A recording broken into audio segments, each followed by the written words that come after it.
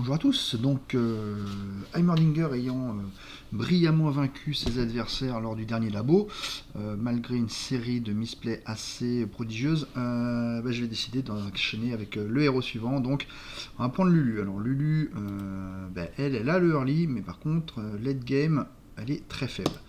On est parti. Alors, éducation supérieure, c'est un peu trop naze. Esprit vide, c'est pas terrible. Et stratégie flexible, c'est encore plus mauvais. Donc hop, la strat de donnez-moi quelque chose de correct. Non, invoquer un poro, alors c'est très fort. Ça a l'air de rien, mais c'est très fort.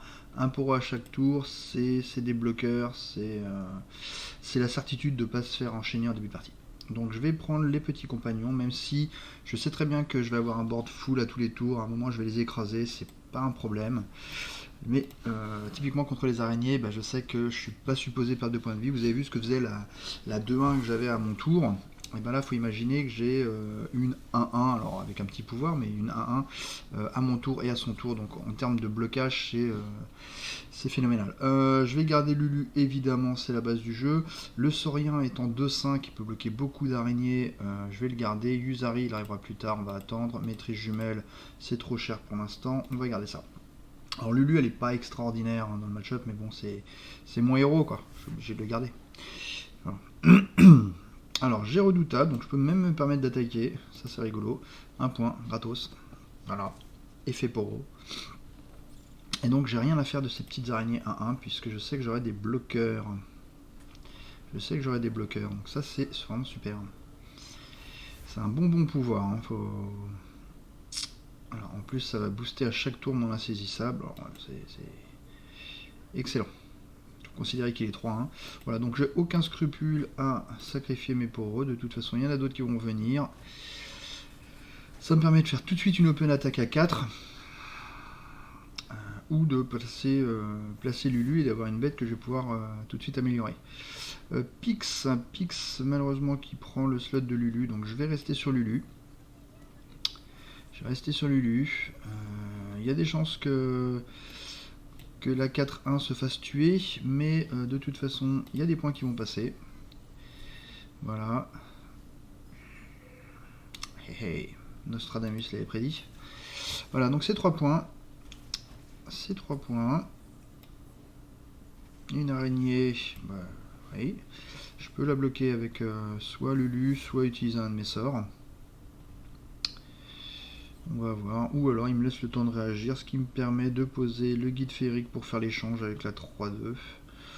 Ma foi, c'est pas extraordinaire. Je préférais poser Pix, parce que, encore une fois, j'ai un jeu très aggro. Autant en profiter. Je passe. Voilà, et je peux me permettre de bloquer, et cette Lulu qui va être boostée en défense va tuer cette araignée. Voilà. Donc là, j'économise tous les points de vie que je peux, donc finir à 30, ça me semble assez facile à faire. Hop, c'est parti. Donc Pix qui est une très bonne target pour le boost de Lulu. Je vais continuer à me développer parce que j'ai quand même envie de lui faire des dégâts. Non, je ne peux pas faire celui-là. Je vais donc... il a que des 1, je serais tenté d'aller attaquer maintenant avant qu'il me pose une vraie créature qui va réduire ma force. Tac, on va donc attaquer comme ça. Il est incapable de me tuer la moindre bête. Alors je vais pas faire ça, je vais faire ça, histoire de faire un peu plus de dégâts et de protéger ma créature d'un drain à 1. Voilà, Lulu qui level très vite.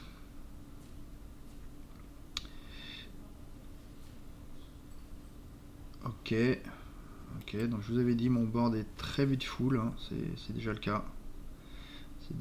Si je pose une créature, je perds un poro. Ça n'a rien de rédhibitoire, mais je vais éviter de le faire. Je vais garder de la mana pour pouvoir faire volonté d'Ionia ou fantaisie de Lulu. Voilà, et donc il est déjà à 7 points de vie, la partie va être assez rapide. Maintenant j'ai le sort de Lulu. Un spectre inutile. Je vais faire le sort de Lulu sur ma 3-1 pour éviter qu'elle se prenne un dégât et qu'elle meure. Voilà. Parfait. Hop. Exactement ce qu'on voulait voir. Je vais poser le guide féerique pour rendre Lulu imbloquable. Et je pense que le prochain tour risque d'être assez désagréable. J'aurais dû d'ailleurs le mettre sur Pix en vrai. Mais ça change pas grand chose. On va bloquer, bloquer, bloquer. Mon adversaire n'a plus de créatures. Donc s'il en remet pas avant la phase d'attaque, je fais une open attack, hein, bien évidemment. Voilà, bah, ce sera une open attack. Donc bah là ça va être open attack. Hop, hop. Je peux faire le sort de Pix, mais honnêtement, j'en ai même pas besoin. Il n'y a aucune solution à son jeu. Voilà. Donc le poro, bah, vous avez vu, ça permet d'avoir aucun problème avec araignée. C'est pas la même avec le suivant, puisque les poros étant 1-1, bah, ils permettent pas de gérer les créatures redoutables. Donc ça va me servir pour toutes les autres créatures, mais pas les redoutables. Donc encore une fois, il faut trouver quelque chose pour gérer les spectres. Alors, source étoilée Soraka, même si effectivement c'est un support, c'est pas extra. Jackbot marchandise Twisted Fate, c'est pas mal parce que TF c'est très bon en late game.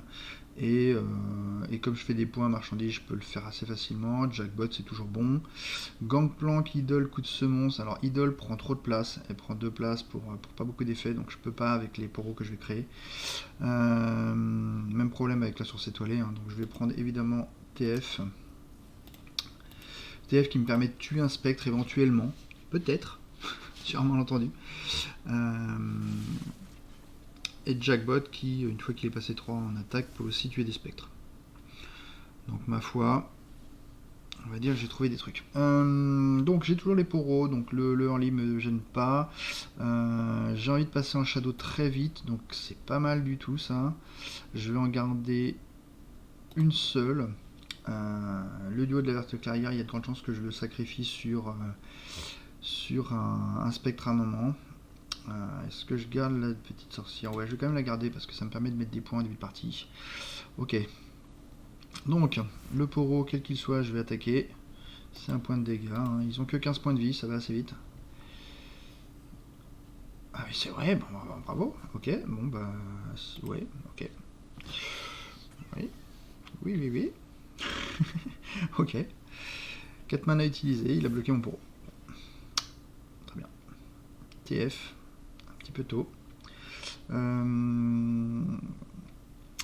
J'ai pas envie de sacrifier mes créatures tout de suite. J'ai pas envie de sacrifier, je vais accepter de perdre des points de vie alors. Bon, je vais accepter de perdre des points de vie pour l'instant. Voilà, on va donc bloquer évidemment cette bête des broussailles pendant que je peux. Voilà, j'ai perdu 3 points de vie, mais maintenant je suis plutôt pas mal. J'ai mon bloqueur pour le spectre. J'ai même 2 bloqueurs pour les spectres. Est-ce que je ferais pas ça? Oh là là, je suis en full shadow là.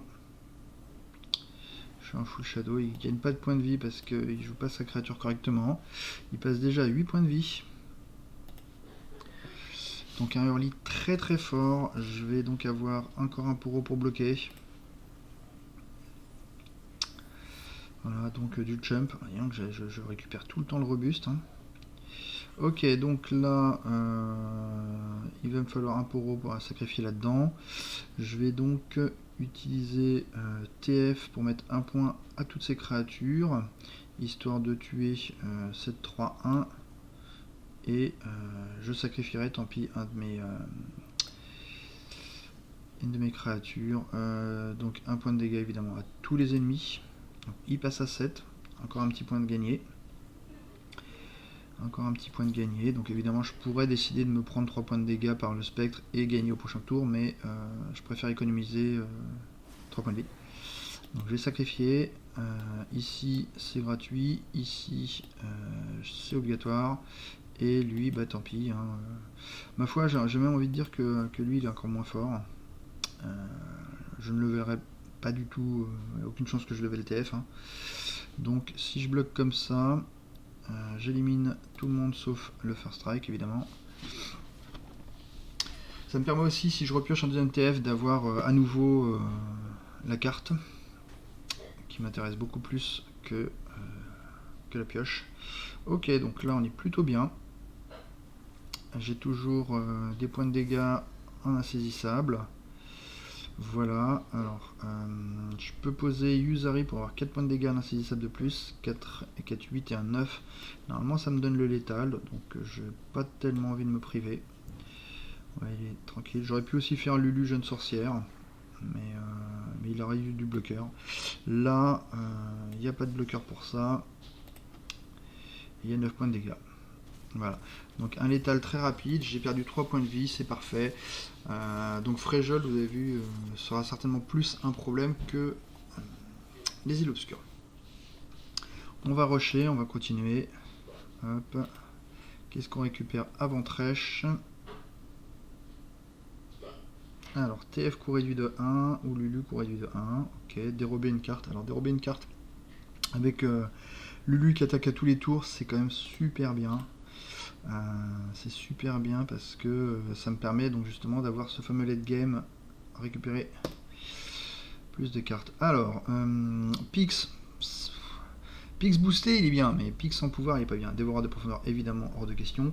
Voix du désastre c'est pas mauvais, c'est un gain life, faut y penser. Donc je vais le prendre, je vais le prendre et on est parti. Hop, Trèche.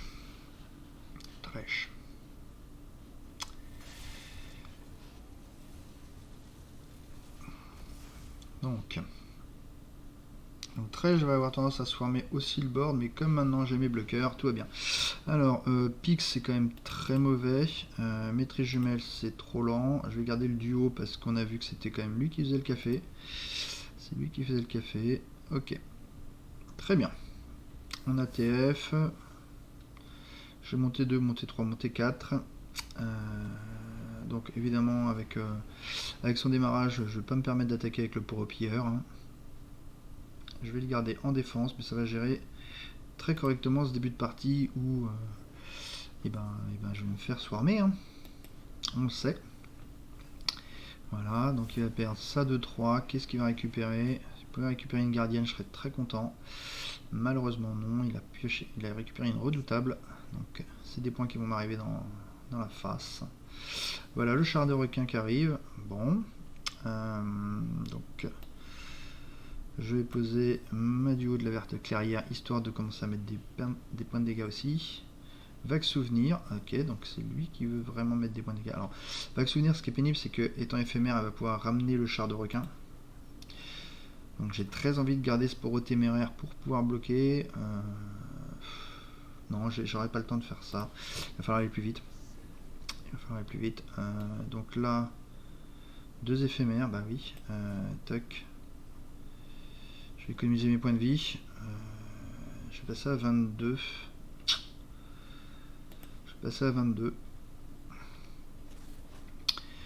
Alors, qu'est-ce que je fais? Est-ce que je pose Lulu ou est-ce que je pose une 2-5? Alors, le problème de la 2-5, c'est que maintenant qu'il a une redoutable, c'est pas très cool. Ah non, la redoutable s'en va. Très bien. Une censure spirituelle. Merveilleux, j'ai récupéré le poro qui est challenger, donc je vais pouvoir aller tuer sa 4-1. Donc là, ça va être évidemment Lulu, qui est pour le coup excellente avec la poro challenger. Hein. Excellente en théorie, mais là je vais plutôt faire ça et faire l'échange. Parce que d'un seul coup, pour le Cavio d'Elia, il retombe assez bas, ce qui m'arrange fortement. Voilà, je lui pioche une carte, vous avez vu le pouvoir de Lulu. Hop, il me laisse lui mettre 8 points de dégâts, c'est excellent. Ok, une 5-5, mais elle va mourir. Alors ce qui est rigolo, c'est qu'il considère son coup de 3, donc il va aller chercher une bête à 4 avec le Cavio d'Elia. Ce qui est très très bien, parce que ce sera moins fort que 5-5. Voilà, c'est 3-3. Et oui. L'immortel. Alors l'immortel qui peut être pénible sur le long terme, mais il n'y aura pas de long terme, il a 6 points de vie. Bon, je peux m'amuser à faire du chum dans tous les sens. Je peux aussi m'amuser à faire historienne de la ruine, j'ai plein d'options. Ou évidemment le guide féerique sur Lulu pour tenter le létal au prochain tour. Ok.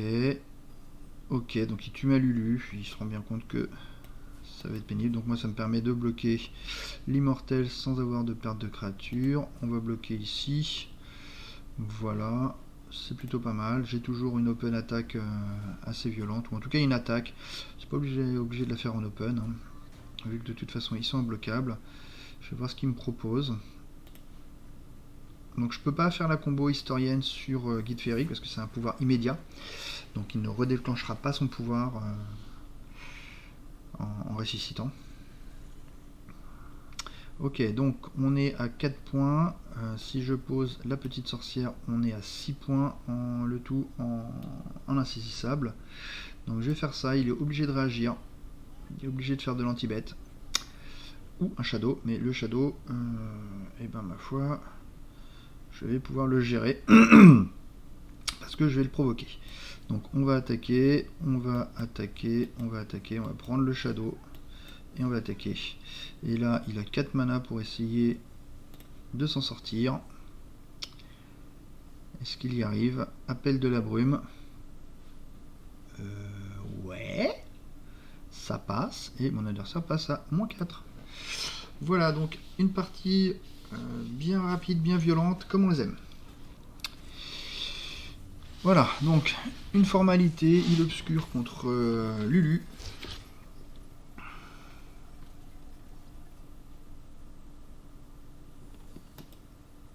Et je vais récupérer un petit bonus.